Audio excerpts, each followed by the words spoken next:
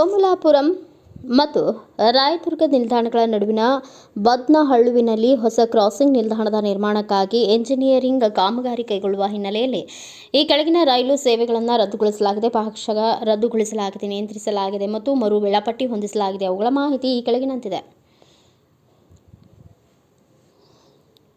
July 11, 2025ರಂದು Guntakal Chikkajajur ದೈನಂದಿನ passenger ಮತ್ತು ಚಿಕ್ಕಜಾಜೂರು ಗುಂತಕಲ್ ದೈನಂದಿನ ಪ್ಯಾಸೆಂಜರ್ ರೈಲುಗಳು ರದ್ದುಗೊಳಿಸಲಾಗಿವೆ.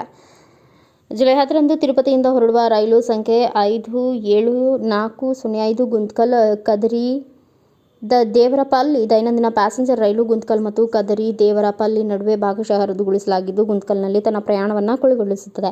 ಜುಲೈ 11ರಂದು ರೈಲು ಸಂಚಾರ 57406 ಕದರಿ ದೇವರಪಲ್ಲಿ ತಿರುಪತಿ ದೈನಂದಿನ ಪ್ಯಾಸೆಂಜರ್ ರೈಲು ತನ್ನ ಪ್ರಯಾಣವನ್ನು ಕದರಿ ದೇವರಪಲ್ಲಿ ನಿಲ್ದಾಣದ ಬದಲು ಗುಂತಕಲ್ ನಿಲ್ದಾಣದಿಂದ ತನ್ನ ನಿಗದಿತ ಸಮಯಕ್ಕೆ ಹೊರಡಲಿದೆ. ಕದರಿ ದೇವರಪಲ್ಲಿ ಗುಂತಕಲ್ ನಡುವೆ ಪ್ರಯಾಣ ರದ್ದಾಗಿರುತ್ತದೆ.